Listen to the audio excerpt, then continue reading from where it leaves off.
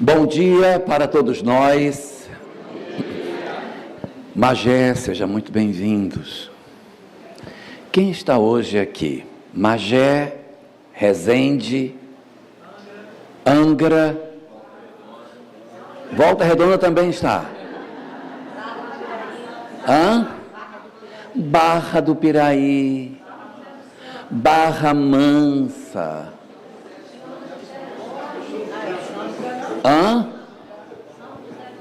São José dos Campos. Não, mas vocês não vieram de São José. É verdade isso? Deus conserve, minha filha. Itatiaia. Quem nasceu em Macapá, conta nós dois. Você é tucuju, minha filha? Então você não é tucuju. Oh, meu Deus. Nasceu no hemisfério sul. Vocês sabem que quem nasce no Amapá, nasceu no hemisfério norte, né? A linha do Equador está aqui, Macapá está acima. Então Londres, Nova York, Macapá, é tudo do hemisfério norte. Mas eu vou contar para vocês uma coisa que é verdade. Isso não é mentira, é verdade. Aqui no hemisfério sul, quando vocês abrem uma torneira que a água cai, isso é verdade, cai no ralo, ela gira para a direita. No hemisfério norte, quando a gente abre, ela gira para a esquerda. É uma Cornoulis, princípio de Cornoulis, que de acordo com o local do planeta que você está, a água entra no ralo para um lado ou para o outro. E em Macapá, ela gira ao contrário. Acho que é por isso que o pessoal que vem de lá também gira ao contrário. Mas vamos lá.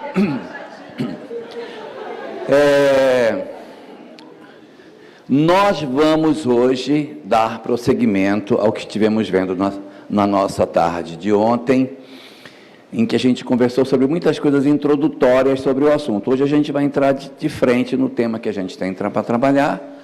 A nossa base doutrinária são fundamentalmente duas obras, a obra Diálogo com as Sombras, de Hermínio de Miranda, e a obra Desobsessão, de André Luiz. Uma obra pouco consultada pelo movimento espírita, mas é uma obra muito útil, em que André Luiz deixa uma série de recomendações sobre trabalhos mediúnicos, sobre prática mediúnica.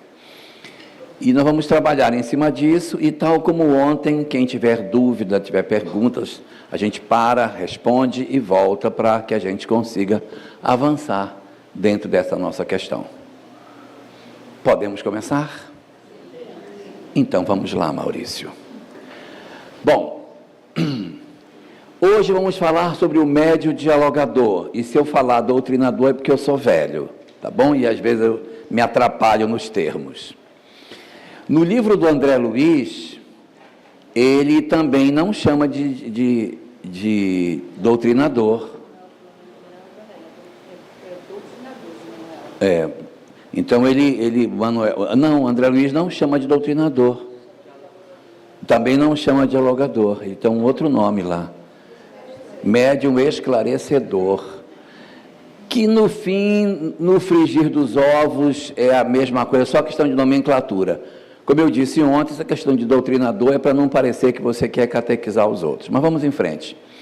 Segundo Hermínio de Miranda, existem 5 questões fundamentais que o chamado dialogador, esclarecedor, doutrinador, como queira, ele precisa ter para um bom exercício de sua tarefa.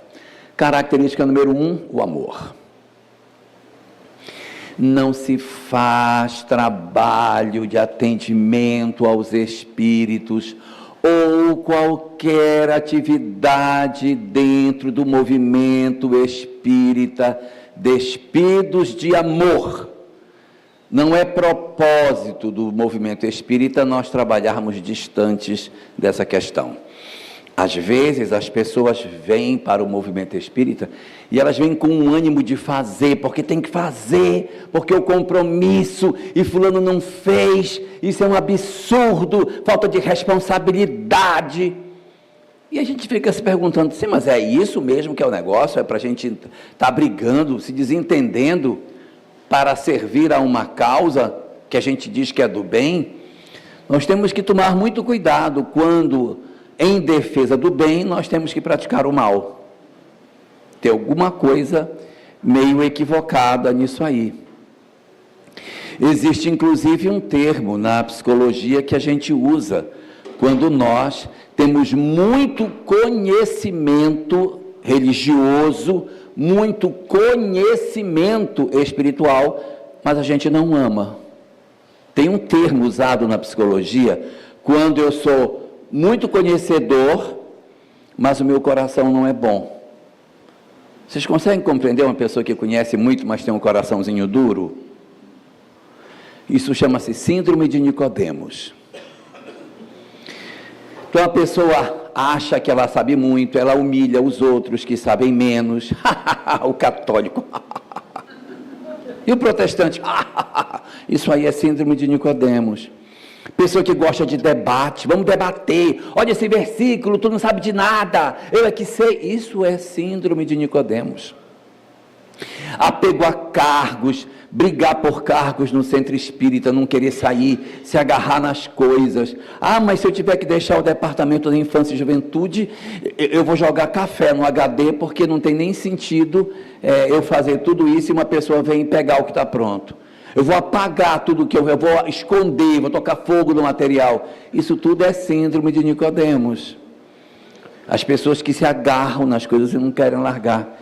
Pessoas que têm vaidade do bem que faz, porque estou cansado, acabei de chegar da sopa, passei amanhã mexendo. Servimos lá 200 sopas. Eu até nem gosto de falar, mas... Então, síndrome de Nicodemos, aquelas coisinhas, coloca o movimento espírita acima da família, acha que primeira tarefa minha é o movimento, a família vem lá embaixo, no último lugar. Síndrome de Nicodemos. Síndrome de Nicodemos, a pessoa tem um comportamento horrível, em que ela...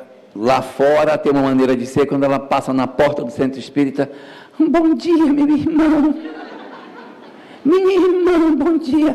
Chega, treme a voz, parece um carneirinho.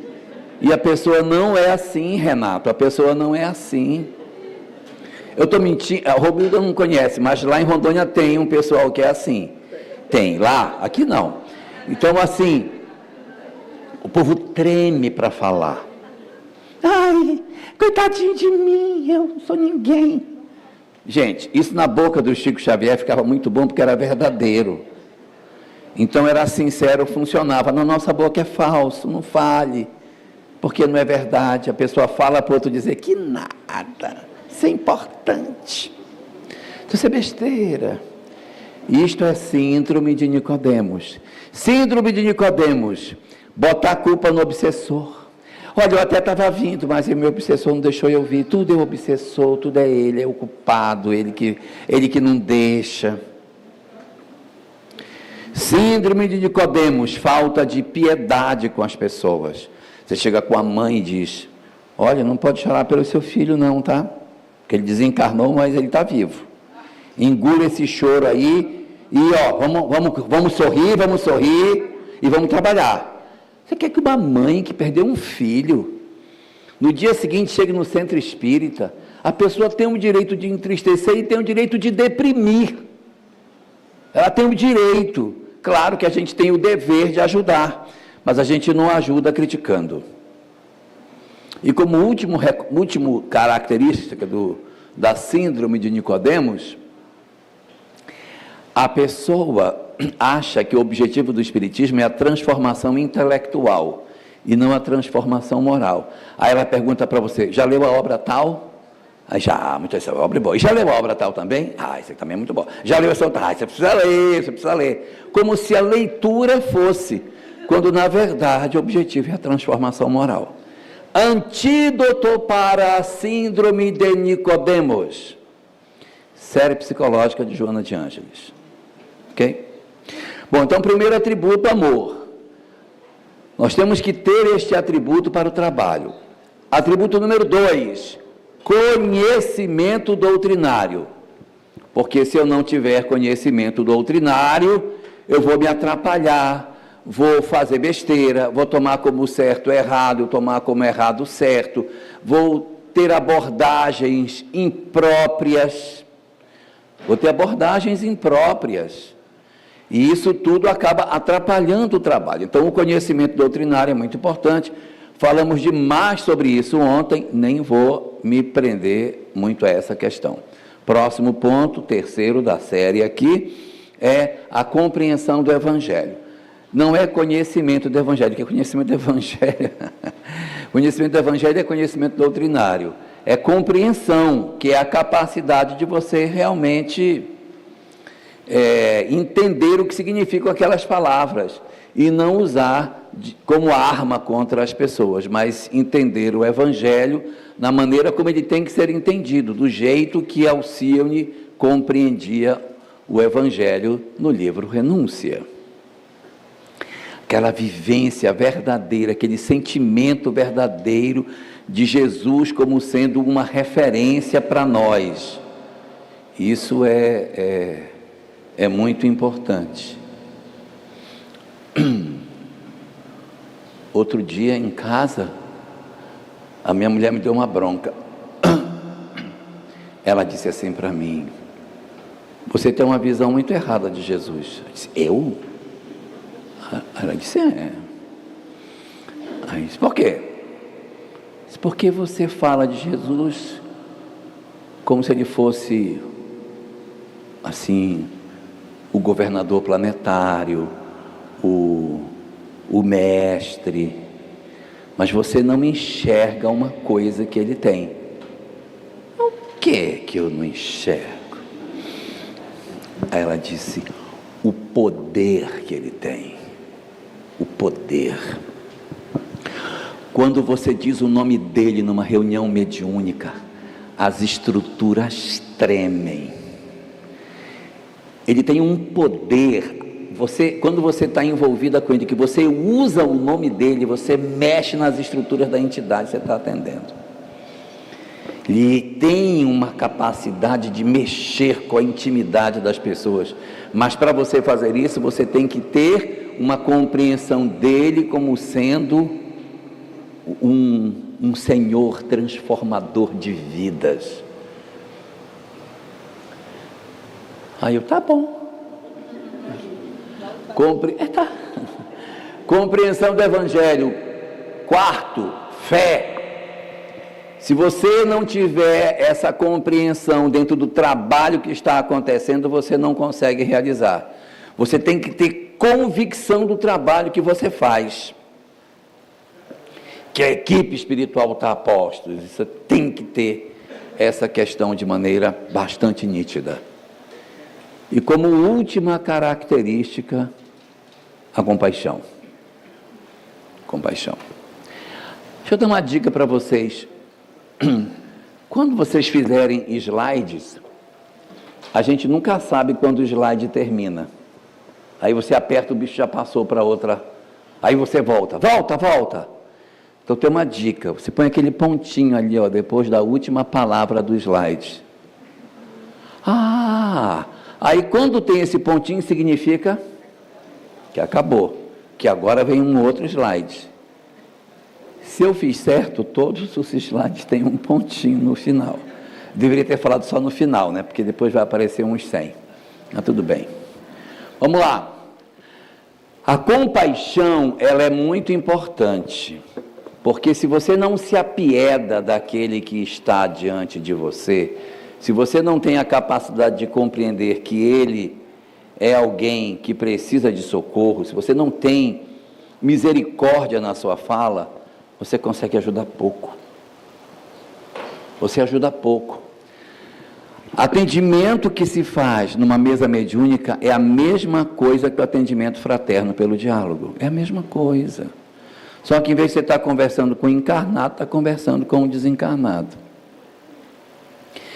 Mas quando você está conversando com o encarnado, Você tem que ter habilidade com as palavras que você usa, não é assim? A gente não diz, não, mas você, na verdade, você é um péssimo filho, é por isso que ele está passando por isso. Você não fala isso no atendimento fraterno.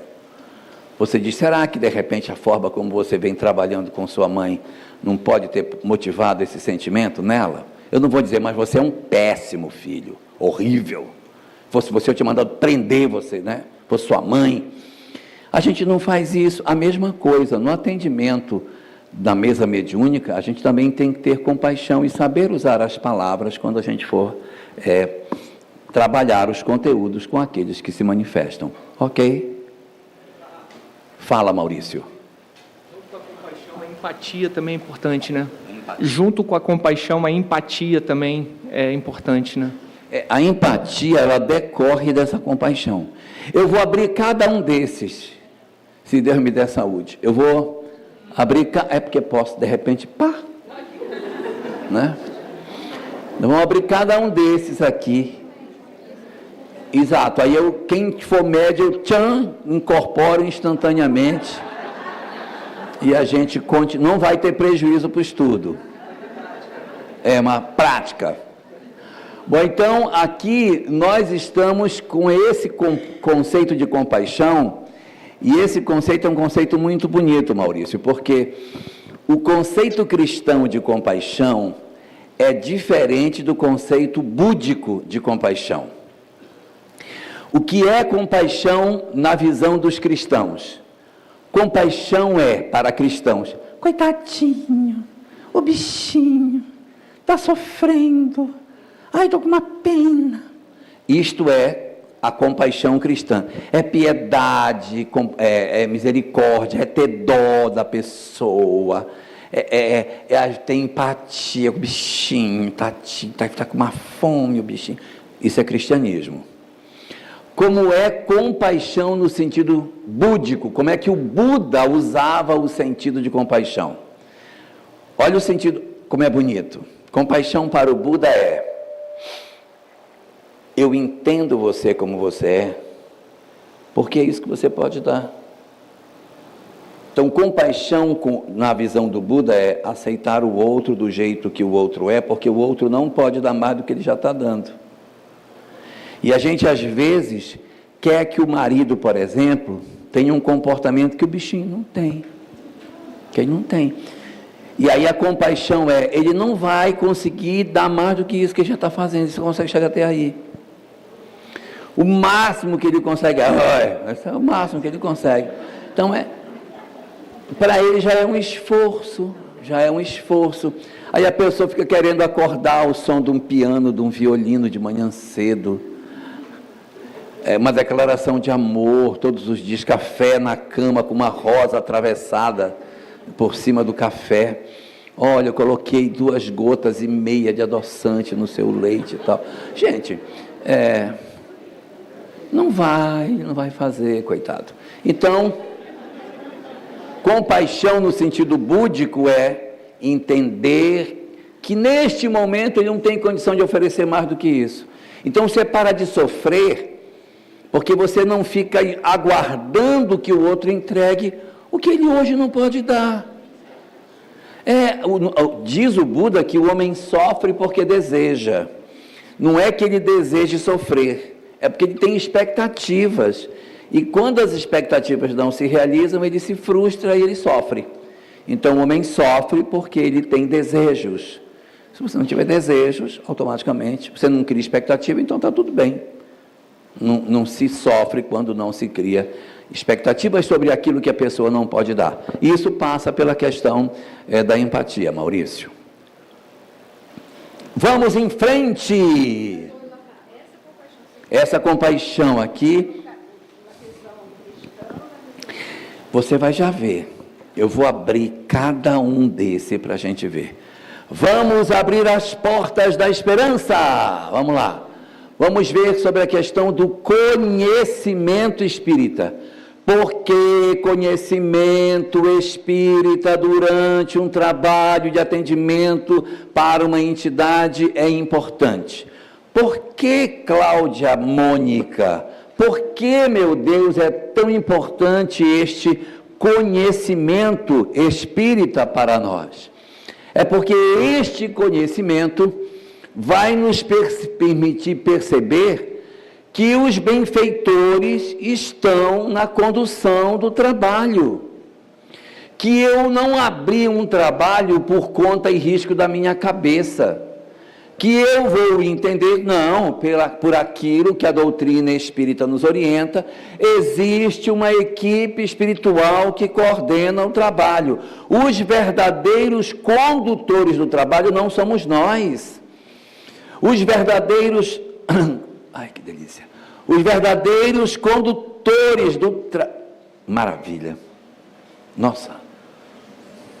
Muito bom. Põe outra lá.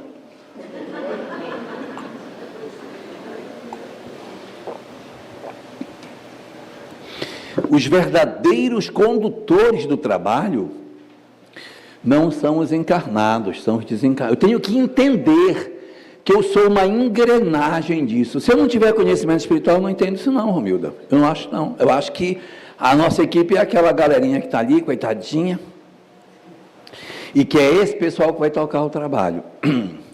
Existe, inclusive, sobre isso, uma coisa que a gente fala... Até me antecipar um pouquinho, eu vou falar um pouquinho mais na frente, mas eu vou falar logo.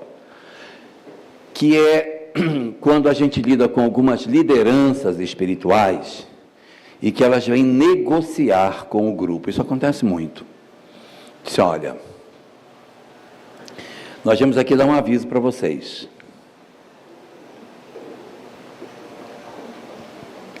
Se vocês não fecharem esse trabalho, nós vamos provocar um escândalo no centro espírita. Nós vamos perseguir vocês, sei lá, nós vamos fazer alguma coisa. Então, vocês fazem o seguinte, vocês fecham a juventude espírita, que a gente deixa vocês em paz, entendeu? Tentar barganhar. Isso acontece muito, em que eles dizem, olha, vocês fecham o trabalho de atendimento, o trabalho da sexta-feira de atendimento espiritual, vocês vão fechar, e a gente deixa vocês em paz. Mas vocês têm que fechar o trabalho. Quando isso acontece, você não tem que negociar com os espíritos se fecha ou se não fecha trabalho. Você remete aos benfeitores, tá? Só que isso tem que ser feito sem deboche e sem ironia, porque eles percebem a energia das palavras. Você tem que dizer, olha, quem coordena o trabalho não somos nós. Você tem que conversar com o pessoal que coordena. Eles estão aí perto de você. Negocie com eles o que você está querendo. E eles vão conduzir a conversa. Nós aqui, nós não mandamos nada. São eles que coordenam o trabalho. Então, você acerta com eles lá e o que ficar decidido a gente faz. Só que isso tem que ser dito com sinceridade, com misericórdia em relação à situação que o outro está. Não pode ser assim, você quer fechar? Tá. Fala aí com o cara aí, vê se ele fecha. Se ele fechar, né? Se ele quiser. Não é nesse sentido. É para que você mostre que existe uma direção para o trabalho, que você sabe que tem, e remeta esses para que conversem com a liderança, porque eles têm muitos outros argumentos que não somente os nossos. Então, saber que os benfeitores estão ali na condução do trabalho é fundamental para o trabalho correr bem. Eu saber que eles, na verdade, estão presentes, estão na coordenação da atividade. Para isso, eu tenho que ter conhecimento doutrinário, senão as coisas podem acontecer, podem me dar medo. Se eu não tiver essa primeira compreensão, eu posso ter medo da reunião mediúnica, eu posso ter medo das entidades, mas se eu souber que tem uma equipe que coordena, eu não terei medo, porque o meu conhecimento me indica que estamos sob a condução de uma equipe espiritual que permitiu que isso acontecesse. Isto é confuso? Beleza. Segunda coisa que a gente vai compreender quando tem conhecimento doutrinário. A comunicação tem um propósito. A comunicação não é à toa. Ela tem um objetivo. Por que aquela entidade se manifestou? O que isso traz para nós? Essa compreensão sobre o propósito que o trabalho possui, ela é muito importante para a gente. Principalmente quando nós já não estamos num trabalho de educação mediúnica. Quando a gente está na educação mediúnica, as comunicações vêm mais para o treinamento do médium. Então, vem uma entidade, depois vem outra, você atende um, atende o outro. Então, uma atividade de educação da mediunidade, até você tem uma presença de espíritos que podem ser, evidentemente, muito mais em função do treinamento do médium do que propriamente do conteúdo específico daquela comunicação para o grupo como um todo. Saiu da educação da mediunidade e entrou num grupo de atendimento espiritual ou um grupo de desobsessão, preste atenção em todas as comunicações. Nenhuma delas está à toa ali. Todas com certeza traz uma instrução. Volto a dizer, nos grupos de educação da mediunidade, você está mais focado no médium. Às vezes aquilo tem muito mais a ver com a história dele, com os momentos dele, com as conexões que ele faz. Então a gente acaba entendendo que isso tem uma vinculação mais com ele. Inclusive André Luiz, no livro Desobsessão, diz que existem alguns médiums que eles têm uma propensão de darem passividade a um determinado naipe de espíritos, e que isso não é incomum, isso tem a ver com as afinidades que os médiuns têm. Então, por exemplo, existem médiuns que têm uma grande quantidade de entidades suicidas que se manifestam por eles. Vocês sabem por quê? Por que existem médiuns que dão muita passividade para suicidas? Isso era uma pergunta. Um de cada vez, então me confundo, gente. Porque ele também é. Exato, ele traz essa característica nele. Se ele também é, por que ele recebe tanto espírito suicida? Para ele saber como é que o negócio é. Porque, veja só, segundo a doutrina espírita, nós temos uma tendência de repetir as mesmas faltas. Então, se a pessoa foi um adúltero na outra encarnação, ele tem uma tendência de ser adúltero nessa. Se ele foi ladrão lá, vai ser ladrão aqui, assassino lá, a tendência de ser assassino aqui. Se ele foi suicida lá, ele traz a tendência de repetir como qualquer outra falta, como qualquer outra. Então, para reduzir a chance de que ele repita, as histórias dos suicidas do mundo espiritual, elas têm umas tintas bem carregadas para que quando ele reencarnar, aquilo não faça com que ele queira novamente repetir. Então, para ficar bem gravado na pessoa. E também, se for, eles costumeiramente vêm médiums e como médiums, manifestam suicidas. Exatamente para que eles, nossa, esse suicídio, aconteceu isso, estava nessa situação, então, para reduzir a possibilidade que eles voltem a cometer os mesmos equívocos. Um parêntese disso aqui, não significa dizer que a doutrina espírita considera que os suicidas são almas irrecuperáveis, de forma alguma. Todos temos um encontro marcado com a felicidade, e passado o período que é até esperado em função do suicídio, eles se recuperam, se reorganizam, retornam para os braços dos seus amores, retomam suas histórias e terão um futuro tão feliz quanto os dos demais espíritos, com duas questões. Primeira, um tempo longo para a recuperação, é fato. E segundo, a causa que motivou o suicídio volta. Sempre. O sujeito se matou por conta de dívida. Então ele precisa provar que ele não se mata. Ele vai ter uma falência de novo. O outro se matou por conta de uma doença grave. Foi isso? Foi, então, doença grave. Por quê? Porque preciso desfazer o nó. Então eu tenho que passar pela experiência de novo. Qual é o resumo da ópera? Não vale a pena se matar, porque a experiência vai repetir. Então é melhor passar de uma vez, tomar o remédio amargo, passa por ela e toca a vida para frente. Não é? Então, todas as manifestações têm propósito. O que não quer dizer que muitas vezes as pessoas creem que quando elas recebem uma entidade, vai ser só uma conversinha rápida e pá, o espírito já se transformou. Isso não é verdade, tá?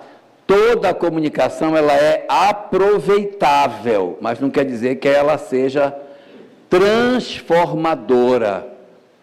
Eu posso ter o atendimento de uma entidade que ela entra de um jeito e ela sai aparentemente igual.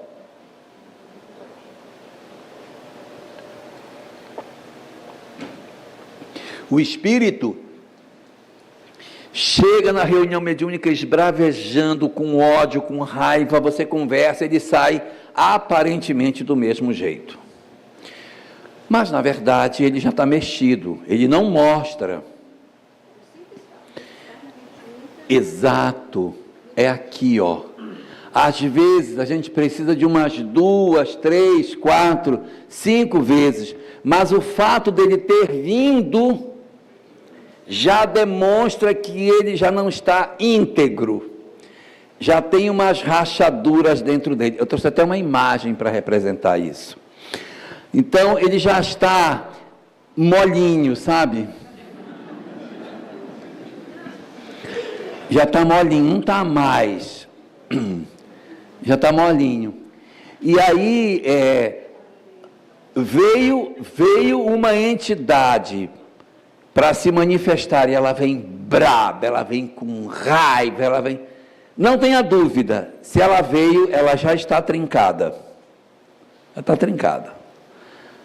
Então, é preciso conhecimento doutrinário para que você não diga, gente, porque mandaram esse cara para cá, só brigou, deu soco em mesa, brigou, fez um monte de coisa. Meu Deus do céu. Na verdade, ele está vindo porque ele está mostrando que ele está íntegro, mas ele por dentro já está todo comido. Vocês lembram, quem já leu aqui o livro Paulo e Estevão, quando Saulo está indo no caminho para Damasco, para prender Ananias, por dentro ele está todo comido já. Porque ele já vem andando no caminho pensando, gente, mas está certo isso? Está correto isso que eu estou fazendo? Ele já estava entrando em crise, sozinho. Os aguilhões estavam espetando Saulo de todo lado e ele estava tentando fugir desses aguilhões. Por isso que a voz que conversa com ele no deserto diz, duro para ti é recalcitrar contra os aguilhões, porque ele já vinha no caminho, gente, mas é correto isso? Tem sentido um trem desse? Não é possível, né? E aí ele vinha agoniado na estrada, mas mantendo o propósito, eu vou para aprender, mas por dentro ele já estava muito incomodado com as coisas que fazia, porque sozinho ele já estava sentindo a interferência do psiquismo dele nas suas ações. Então isso acontece, nós queremos atender as entidades que aparentemente estão violentas, não tenha medo delas, e entenda, se a espiritualidade mandou, a gente vai fazer o que puder. Eu não tenho a obrigação de transformar, eu não tenho a vara do Harry Potter para transformar a pessoa, mas a gente vai conversar. E eu não vou me considerar derrotado ou frustrado pelo fato do espírito entrar e sair do mesmo jeito. É o momento dele, às vezes é a maneira que ele usa. Quem tem filho adolescente vê isso. O menino às vezes não quer, mas ele faz. Ele toma uma atitude que no fundo não é o que ele quer fazer, mas ele, para poder não dar o braço a torcer, ele diz, não estou nem aí, eu sei que ninguém gosta de mim aqui, ele sabe. Mas é porque ele quer ouvir. Não, meu filho, você sabe que eu amo você. Mas provoca para ouvir, né?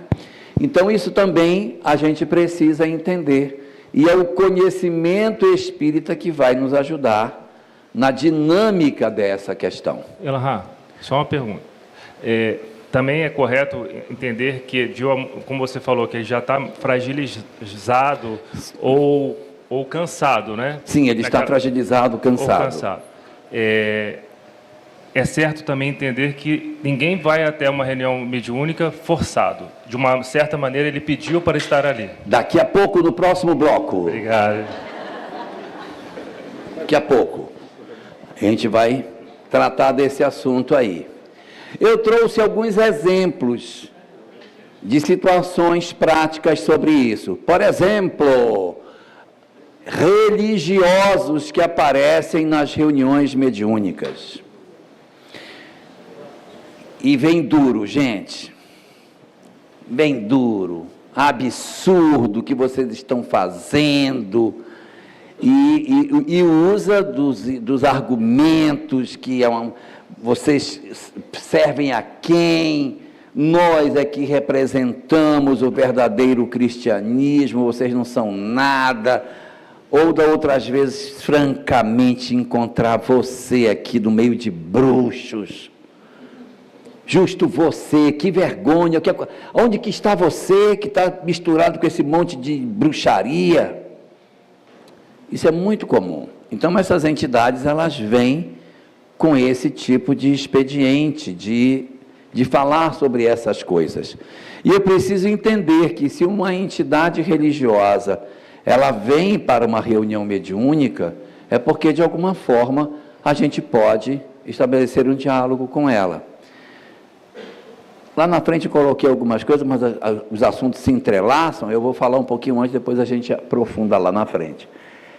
A gente nunca deve entrar nas discussões religiosas com religiosos, tá? Então, se ele vier dizer, mas você, que vergonha, você nunca leu, aí pega um versículo bíblico e joga, que não se deve consultar, ele falando, não se deve consultar os mortos, o bicho está morto, não se deve consultar os mortos, e você fica aqui com essa prática absurda. A gente nunca deve entrar em discussões filosóficas e tentar vencer o outro pela argumentação. Quando algum espírito tentar jogar a discussão para o campo filosófico, para uma discussão para ver quem é que ganha, não caia nesta cilada. Não caia. Pergunte sobre ele. Saia dessa armadilha que ele está montando e pergunta como que ele está. Como que ele está se sentindo. Não deixe ele arrastar você para um debate.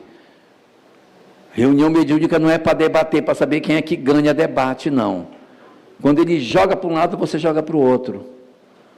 Você disser, olha onde você está, você é um dos nossos, então, e como é que vocês estão?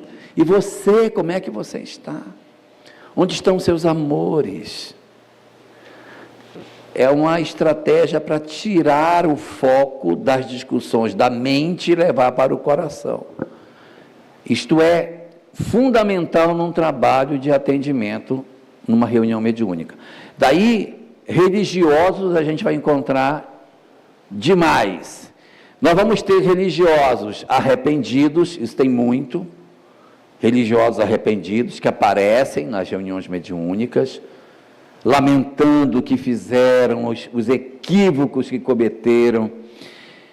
E essas entidades, quando elas vêm para que nós a atendamos e também para que a gente se atenda, para que a gente não caia na mesma situação que eles caíram. Porque ele vem e diz, porque... Eu atendi uma vez uma entidade, numa reunião mediúnica religiosa, foi uma das comunicações mais interessantes que aconteceram. Nós estávamos na mediúnica, não fui eu que atendi, foi um colega que não fui eu.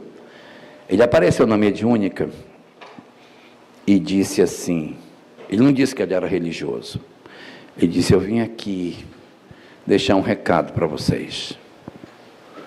Vocês estão sendo iludidos da mesma forma que eu fui.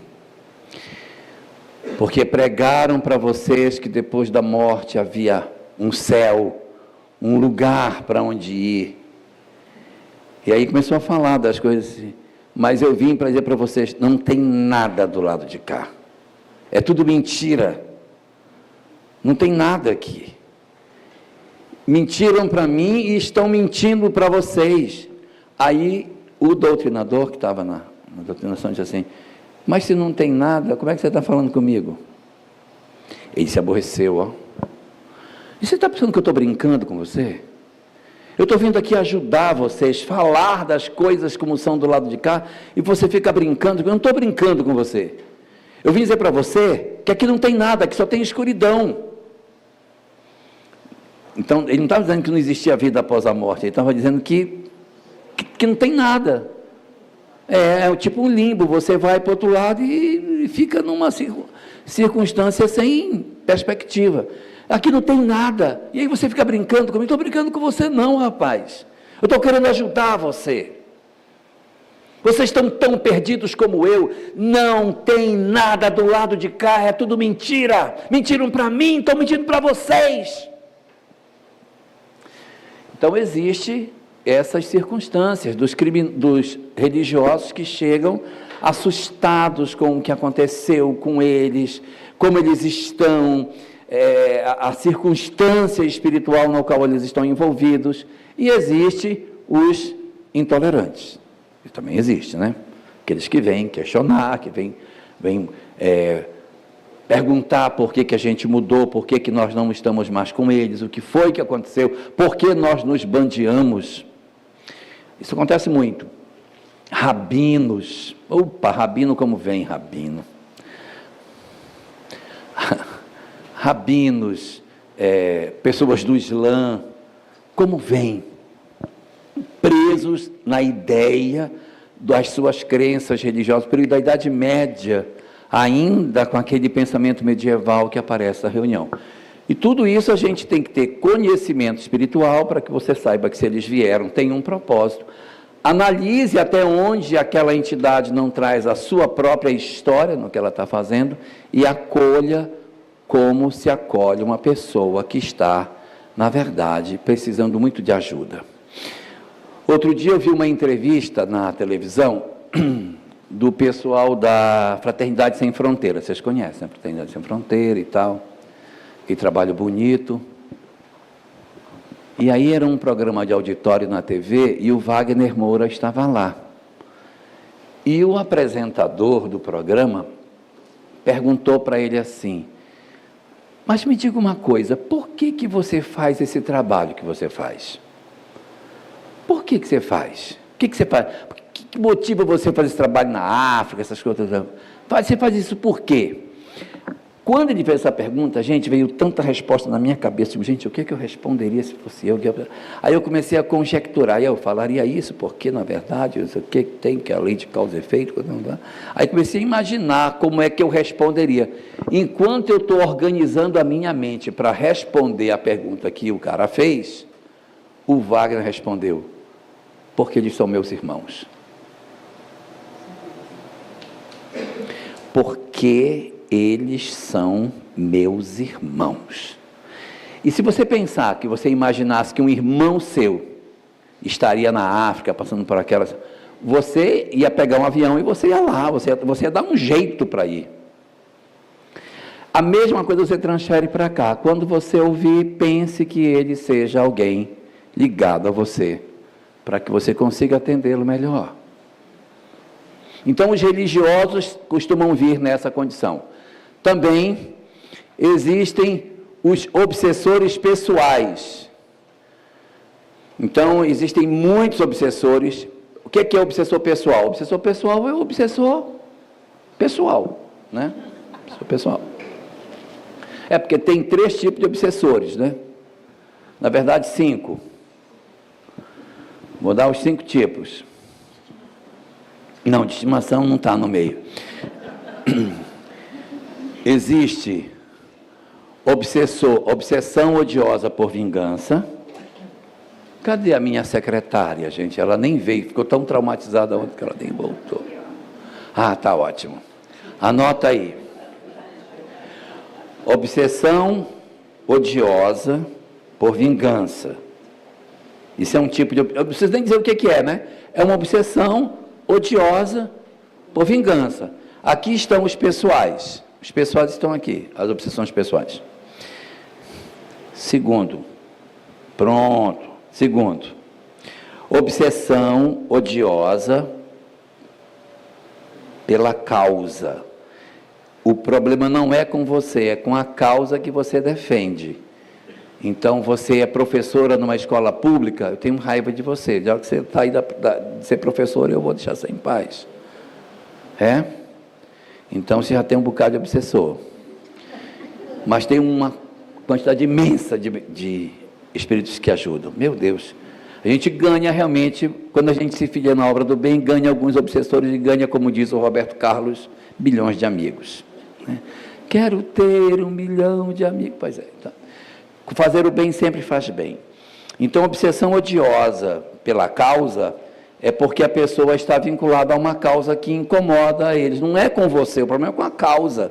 Então, você trabalha num posto de saúde, você trabalha numa escola pública, você trabalha numa igreja protestante, você atua num centro espírita, você atua na atividade lá da maçonaria, você é do Laia, você é do Rotary, você...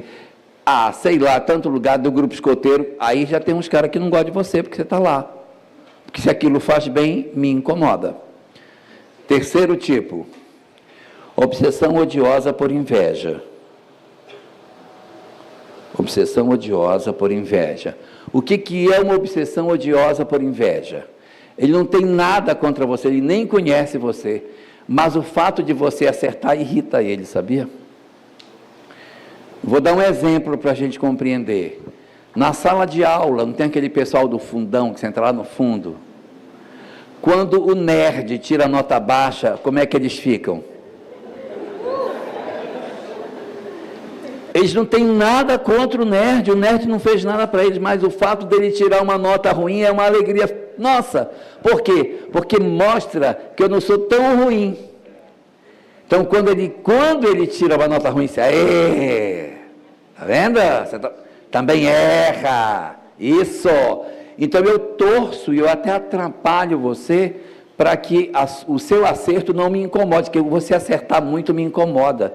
Tem gente que tem raiva de casamentos felizes. Aquele casal, se me dá uma raiva de ir lá e morder a mão dele, porque ele fica... É problema de inveja. Número 4, obsessão não odiosa. Obsessão não odiosa por afinidade. O que é obsessão não odiosa? Obsessão odiosa é uma obsessão não odiosa. Não odiosa. Agora, primeiro tipo de obsessão não odiosa por afinidade. Ele não quer prejudicar o outro. Ele é meu grande parceiro. Os vícios estão ligados nas obsessões não odiosas, frequentemente. Então, o cara leva o outro para beber, leva o outro para se drogar, desequilíbrios de toda ordem, na droga, no sexo desregrado, no jogo. Isso tudo são obsessões não odiosas. Às vezes, uma depressão que a pessoa tem, aí tem uma entidade que passa e conecta nela, ela não tem ódio, ela tem afinidade, e aí ela se conecta na pessoa. Tranquilo? Falta algum, minha filha? Ou terminou? E eu disse que eram 8? Quantos eu falei que era? E eu disse que eram quantos? Sim, eu disse que eram quanto? 8? 5? Estão prestando atenção. Muito bem. Então, quinto tipo, obsessão não odiosa por apego. Não é odiosa e não é por afinidade, é por apego. Exato. Digamos que você é uma neta de um avô maravilhoso, você ama seu avô é a coisa mais importante para você, aí seu avô adoece, tem uma tuberculose, morre. Aí o avô desencarnado procura pela neta. Ele quer fazer mal a ela, ele tem ódio dela, mas ele atrapalha ela. Nem tem inveja. Então ele vem e se aproxima dela, porque ele quer ficar perto da neta, e sabe o que acontece? A neta começa a ter os sintomas da tuberculose. Começa a ter os sintomas, aí você diz, mas o que está acontecendo? Ah, a doença fantasma que chama. É promovido por entidades que se aproximam de nós. Todo mundo entendeu o que eu falei? Então, fala, Ana Carolina. A auto-obsessão é um fenômeno que aparece no livro Obsessão e Desobsessão, de Sueli Caldas e Schubert. Um assunto assim que não aparece na obra de Kardec, mas aparece na obra de Sueli Caldas e Schubert. E que diz respeito à pessoa que ela mesma produz os seus processos de obsessão. Um bom exemplo de auto-obsessão é, como é que chama aquele negócio que a pessoa gosta de tomar remédio? Hipocondria. Isso é bem típico de auto-obsessão. Mas tem um detalhe da auto-obsessão. A auto-obsessão a gente começa sozinho e termina acompanhado. Então ela começa alto e termina do outro tipo, porque daqui a pouco tem um que se junta a você. Ah, eu estou muito triste, eu estou muito triste, eu estou muito triste. Eu estou triste por conta do outro também. Então não é um fenômeno duradouro. Ele inicia e o imã do pensamento humano já atrai outros e cria uma ambiência e você cai num quadro obsessivo típico. Vou fazer 2 perguntas para ver se todo mundo entendeu. Desses 5 tipos, qual é o mais difícil de tratar? A odiosa por vingança, a odiosa pela causa, odiosa por inveja, a não odiosa por afinidade ou a não odiosa por apego? Qual é a mais difícil?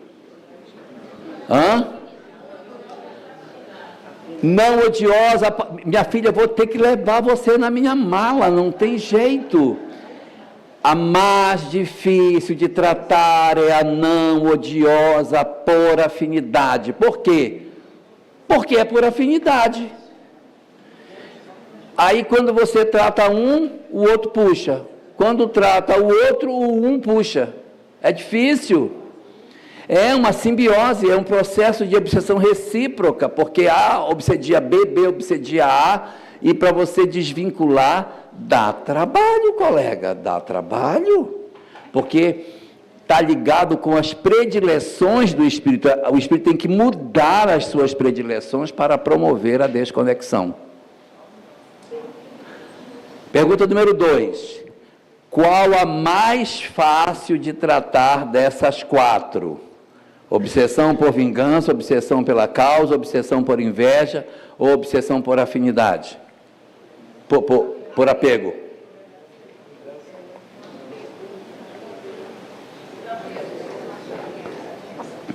A mais fácil é por apego. Às vezes a pessoa vem no centro espírita, uma vez, e volta desconectado. Porque o avô não quer fazer mal. Quando vem na casa espírita, não precisa nem chegar no passe. Na palestra a pessoa já melhora. No passe, desconecta. Nem se manifesta na mediúnica e as coisas já se resolveram. Porque a última coisa que o avô quer é prejudicar. E ele não sabe que ele está prejudicando. Beleza. Muito bem, hein? Muito bem. Vamos para frente. Então, escravos são muito típicos em obsessores pessoais. Obsessão odiosa por vingança. Nessa região aqui que vocês vivem, teve muita escravatura. A energia aqui deve ser um espetáculo. Eu não sei porque eu não sinto nada, eu não arrepio, não enxergo, não vejo, não ouço. Eu não nada. Eu estou naquela parte do livro dos médios assim, e raros são aqueles que dessa faculdade não tem nenhum rudimento. Eu estou nessa partezinha final. Estou nos raros. Mas eu tenho amigos que não entram em cidades onde houve escravidão, não conseguem ficar. E o sujeito sabe, quando entra na cidade, não, aqui eu não dou conta, pode ir embora, vamos para outra, porque aqui eu não consigo dormir. Aqui não vou conseguir. E é na cidade, hein? Não é nem dizer que foi na casa. Não, é na cidade, para você ver a energia que ficou. Então, essas histórias, elas são muito recentes. Então, existem muitas vinculações espirituais desse processo. E aqui encontrar entidades vinculadas ao processo da escravização não é incomum, tá? Portanto, estejam bem tranquilos caso isso aconteça, porque isso pertence ao natural mecanismo da lei de causa e efeito. Bom? E tem também os enviados pelos seus líderes, tá? Eles vêm e você sabe que ele não é a liderança. Ele diz, olha, eu fui mandado aqui para ver, então ele é um espia, ele está vindo para ver como é que está acontecendo, que mandaram. Se ele vem, não tem pontinho. Não tem pontinho. Então, tomara que o próximo tenha. E os enviados por seus líderes são típicos dessa condição. E você tem que ter conhecimento espírita para saber por que ele veio, as estruturas de comando. Se ele veio mandado por alguém, ele não é uma entidade do umbral, ele é uma entidade das trevas. Porque no umbral não existe ninguém comandando ninguém.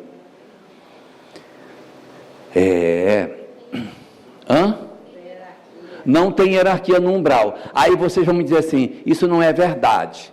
Porque no livro Nosso Lar, o André Luiz conta que passávamos espíritos assim, você é suicida, é suicida. Se é verdade, ninguém podia estar lá chamando os outros de suicida. Então, qual é a lógica? Eles não são de lá, eles são das trevas. E eles visitam o umbral para impor culpa nos outros. Aí você pergunta, por que ele quer impor culpa no outro? Obsessão odiosa por inveja. Eu quero destruir o outro para dizer, está vendo? Não fui só eu que errei, não. Esse também é. É uma estratégia de tentar empurrar as pessoas para o erro. E dentro disso, olha,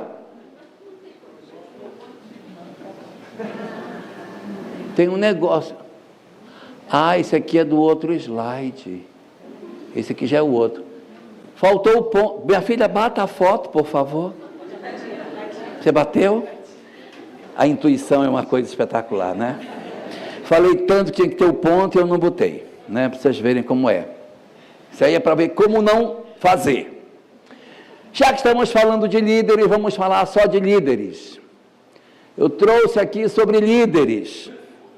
Uma coisa importante sobre liderança: nunca deboche de uma liderança que se manifesta em reunião mediúnica. Nunca diga, você não é líder de nada, rapaz. Aqui só temos uma liderança que é Jesus e você se coloca no seu lugar de espírito sofredor que você é. A gente não trata a entidade que se apresenta como liderança confrontando o poder. Você não vai ganhar nada com isso e ainda perde a possibilidade de ajudá-lo. Quando eu era menino pequeno, no centro espírita que eu frequentava, tinha um espírito lá que ele se chamava o Poderoso. Ele se manifestava e dizia, eu vim aqui para falar com vocês, eu sou o Poderoso. E os doutrinadores daquela época, claro, eu era menino, tem mais de 150 anos isso. Os doutrinadores eram daquela velha guarda que dizia, você não manda nada, você não é ninguém. Aí sabe o que ele fazia? Ele ia embora. Ele ia embora. Sabe com quem que ele conversava? Só com Alberto Almeida. O Alberto era o único que, quando ele se manifestava, dizia, Poderoso, seja muito bem-vindo, nós estamos honrados com a sua presença.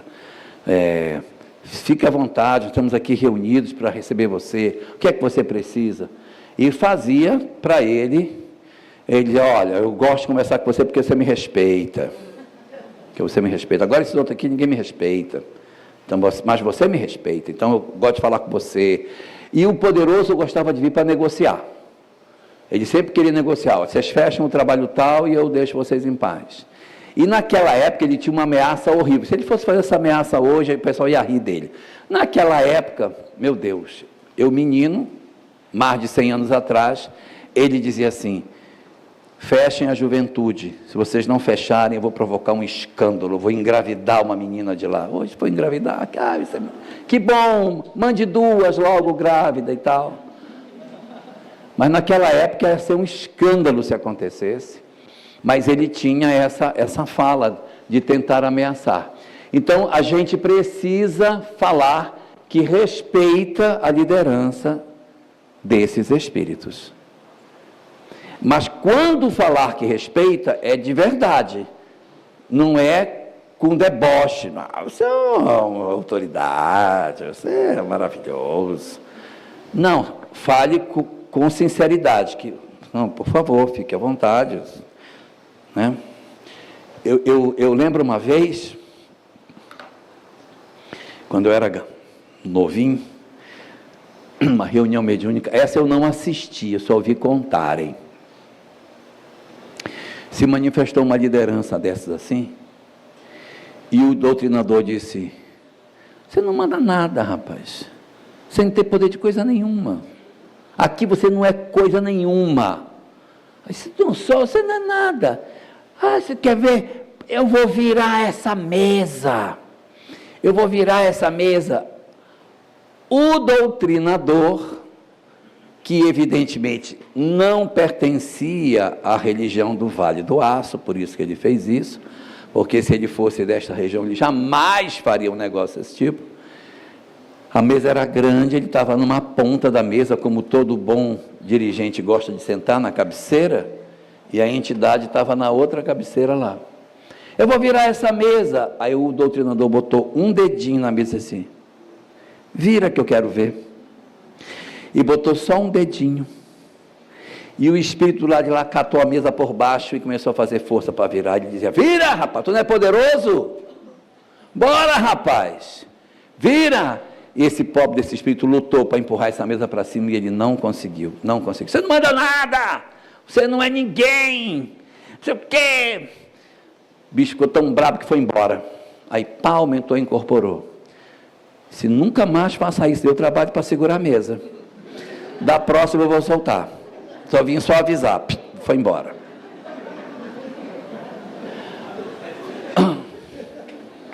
Porque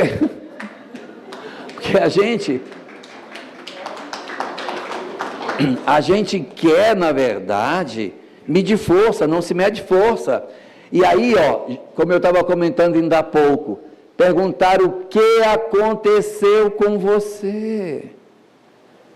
O que aconteceu com você?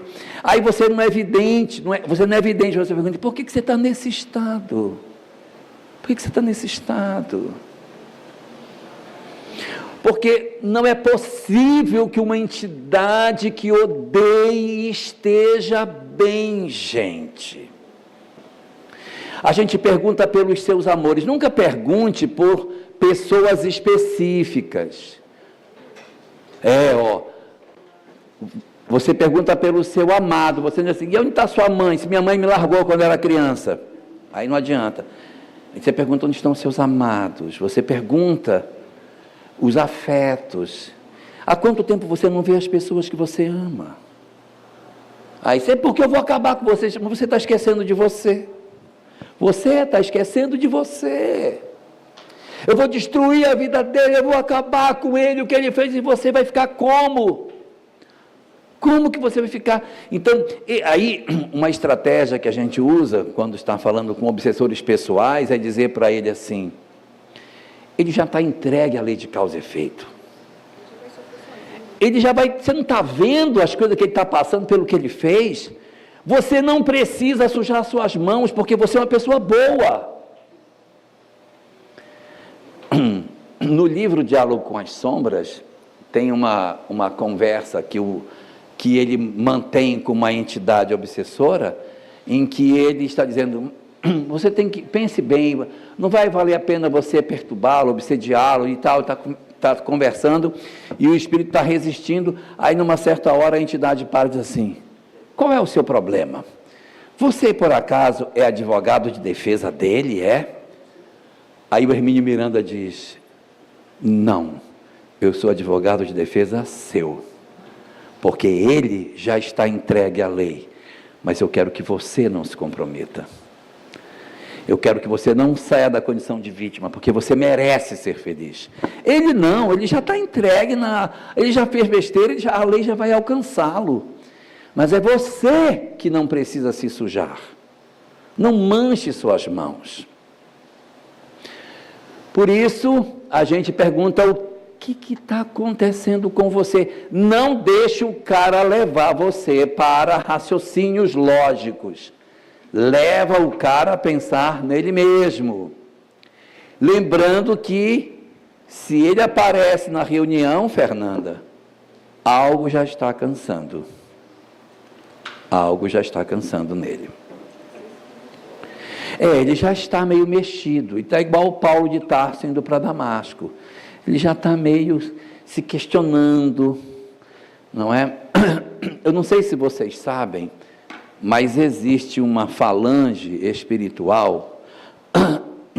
Ela aparece na obra de André Luiz, no livro Libertação. É uma nota de rodapé, se não me engano, no início do capítulo 8. Bem no rodapé.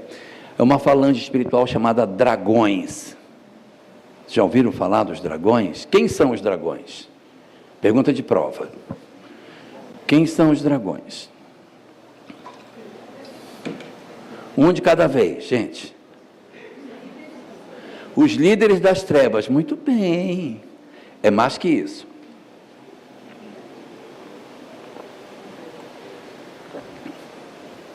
Os dragões, eles são os opositores do governador planetário. Eles não são qualquer espírito obsessor, não. Por exemplo, lá no livro Libertação, não tem lá o Gregório, que é uma liderança das trevas? Ele não é dragão. Ele mesmo diz: eu sirvo aos dragões. Os dragões são uma falange que faz oposição ao governador da Terra. Então nós temos o governador planetário, a quem chamamos de Jesus, e há uma falange que se opõe ao governador. Eles se opõem ao Cordeiro, eles são inimigos do Cordeiro. Eles chamam Jesus de o Cordeiro. Então, eu não sirvo ao Cordeiro, eu sirvo aos dragões. Muito bem, os dragões, eles sabem que Deus existe. Eles sabem que existe a lei de causa e efeito. Eles sabem. Tem o livro Libertação nesta casa? Tem? Eu quero. Oi? Gregório. Exatamente. Gregório. Então, os dragões, eles fazem oposição ao Cordeiro. Eles não são inimigos de Jesus, eles são inimigos do governador planetário. Aí vai dizer, não é a mesma coisa? Digo, não, não é. Porque os inimigos de Jesus são os sacerdotes do templo. Esses são os inimigos de Jesus, os sacerdotes do templo.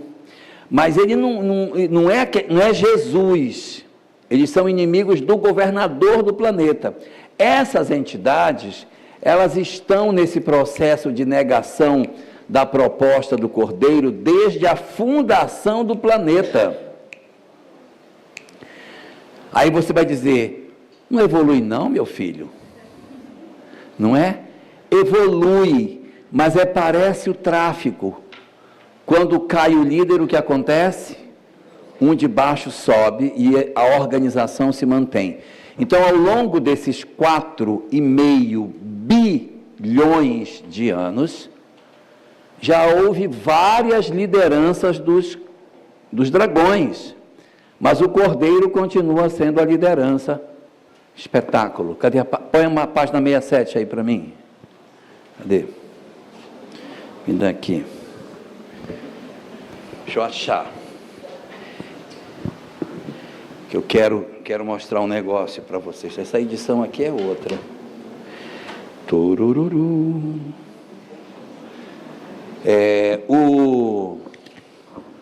O livro Libertação, ele fala sobre essas entidades que vivem nessas regiões.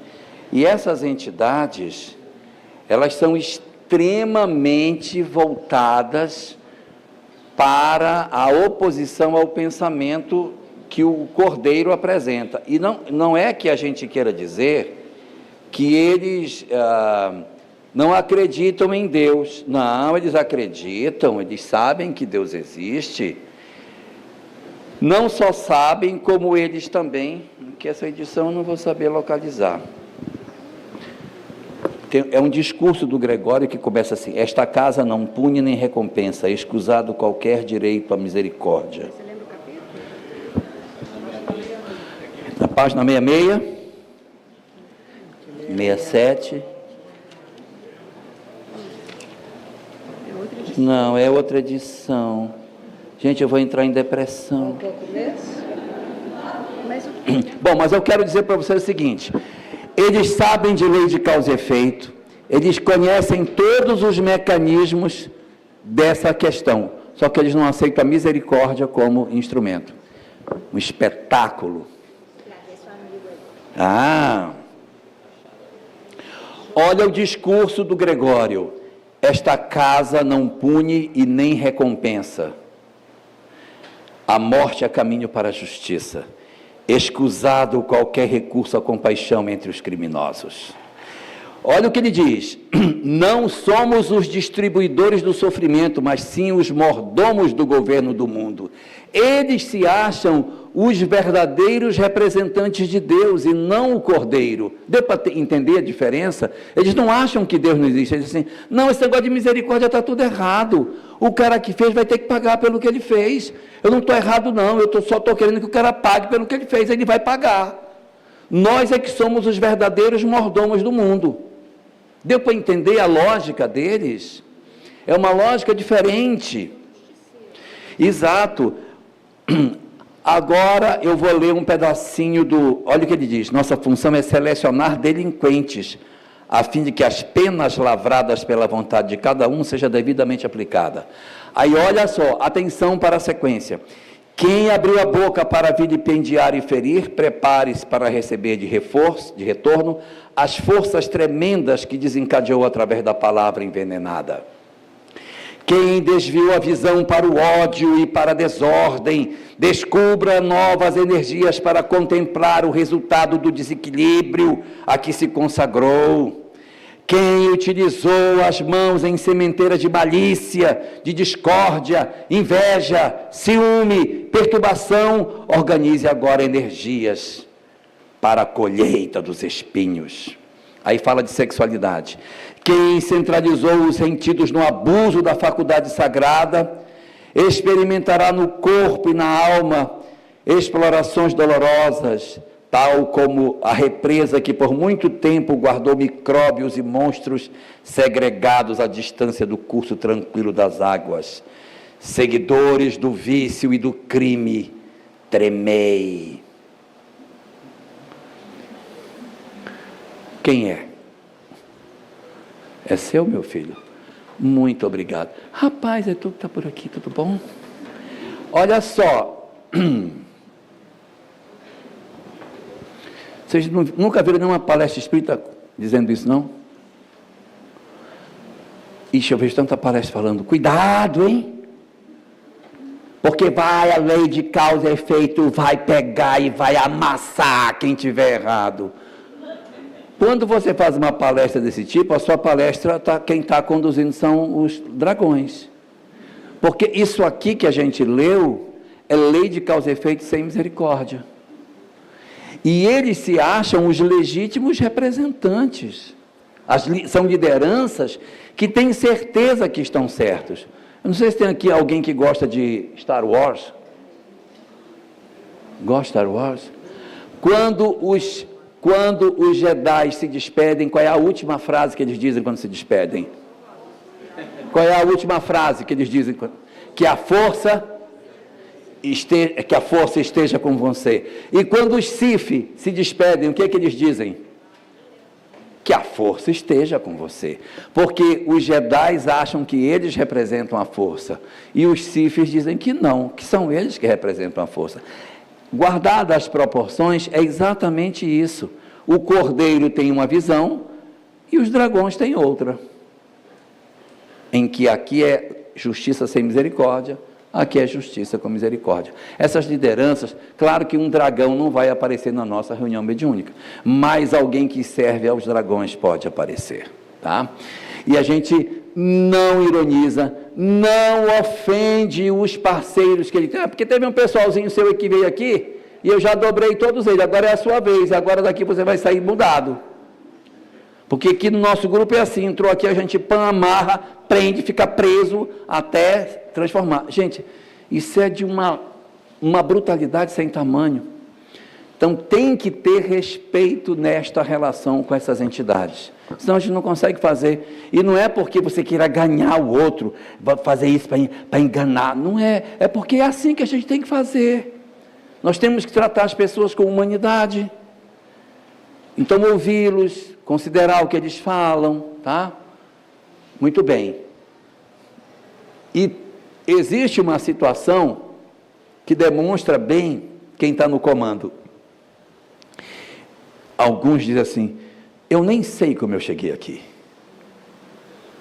Não sabe, mas eu sei, né? Alguns dizem, eu vim porque eu quis, vai aparecer daqui a pouco. Eu vim porque eu quis. E outros dizem, eu não sei nem como foi que eu vim bater aqui. Outros dizem, outros estão perdidos, eu não sei por que eu vim bater aqui, é outro contexto. Aqui assim, eu nem sei por que eu estou aqui. Outros vêm, eu vim dar um aviso para vocês, eu mandei vários soldados meus, e vocês mudaram, não sei que tipo de sortilégio que vocês têm, não sei que tipo de feitiçaria que vocês fazem, que eu mando os meus soldados e eles não voltam. Então eu vim ver o que está acontecendo aqui, eu vou dar um aviso para vocês, eu vou arrebentar, porque eu conheço cada um de vocês, eu vou arrebentar a vida de cada um, vou destruir vocês. Isso acontece. Se eu não tiver conhecimento doutrinário, eu posso me apavorar. Eu já vivi uma situação dessa uma vez no Centro Espírita. Eu devia ter uns 20 anos de idade. Eu fui fazer uma palestra, e quando eu terminei a palestra, eu estava arrumando as minhas coisinhas para sair, e a mesa da palestra ficava pertinho do canto, assim, sabe? Era um Centro Espírita mais estreito, aí tinha a mesa, e eu estava no cantinho de lá da mesa, arrumando as minhas coisinhas para sair. Nessa época, eu pesava 56 quilos, 58. Magrinho, parece um filé de borboleta. Aí, estou ali ajeitando as minhas coisas, a mulher incorporou no salão e veio para cima de mim. Mas ela vinha para me bater, gente. E aí, quando ela veio para me bater, eu corri e me encostei bem no corner da parede, assim, fiquei, gente, ela vai me bater, porque eu não tinha como sair. Eu fiquei, não posso ir para lá. Eu fiquei no cantinho, assim, meu Deus, agora. E ela veio para cima. Eu não quero mais você aqui, falando essas coisas para essa gente.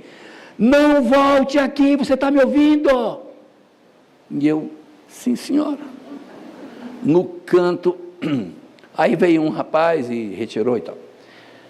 Aí o presidente da casa, no dia seguinte, veio falar comigo, soube que você teve uma recepção legal lá na casa ontem, me contaram, não estava lá.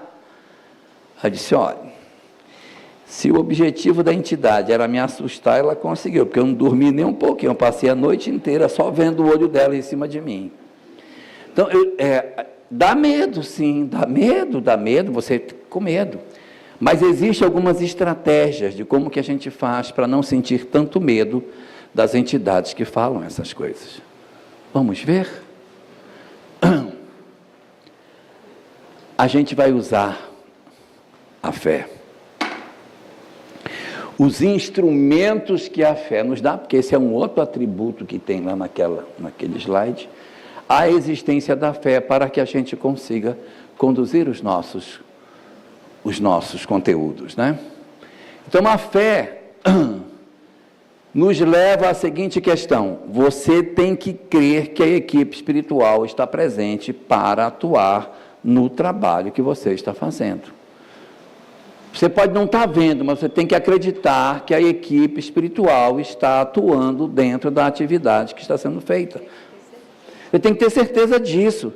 Não pode se apavorar. Não pode se apavorar. Então, existe uma ameaça, não se intimide com a ameaça. Saiba que existe uma equipe espiritual, e aí tem alguns que dizem, eu vim porque eu quis. Cara, ele tudo bem, ele pode até dizer que ele veio porque ele quis, mas ele só se comunicou porque deixaram que ele se comunicasse. Então, se ele se comunicou, é porque ele já está molinho. Já está molinho. Não tenha medo, mas também não afronte, não é para afrontar, tenha misericórdia dessas pessoas. É a tal da compaixão que a gente vai ver daqui a pouco. Então, ele pode dizer que ele veio porque ele quis, mas não podemos nos apavorar com as ameaças que acontecem.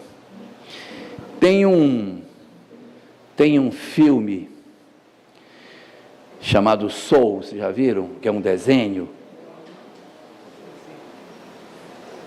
Assistiu? Gente, Macapá é um espetáculo, né? Assiste todos os filmes, vê todas as coisas, extraordinário. Depois eu comento sobre o filme Soul. Então, você precisa, tanto quanto possível, saber que a espiritualidade está ali e confiar na sua intuição.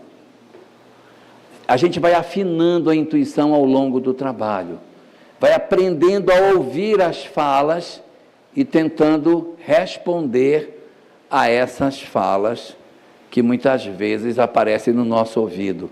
Pergunta sobre tal coisa, pergunta cadê o filho, onde está o filho dela, pergunta por que ela saiu de onde ela estava, pergunta por que ela está sozinha.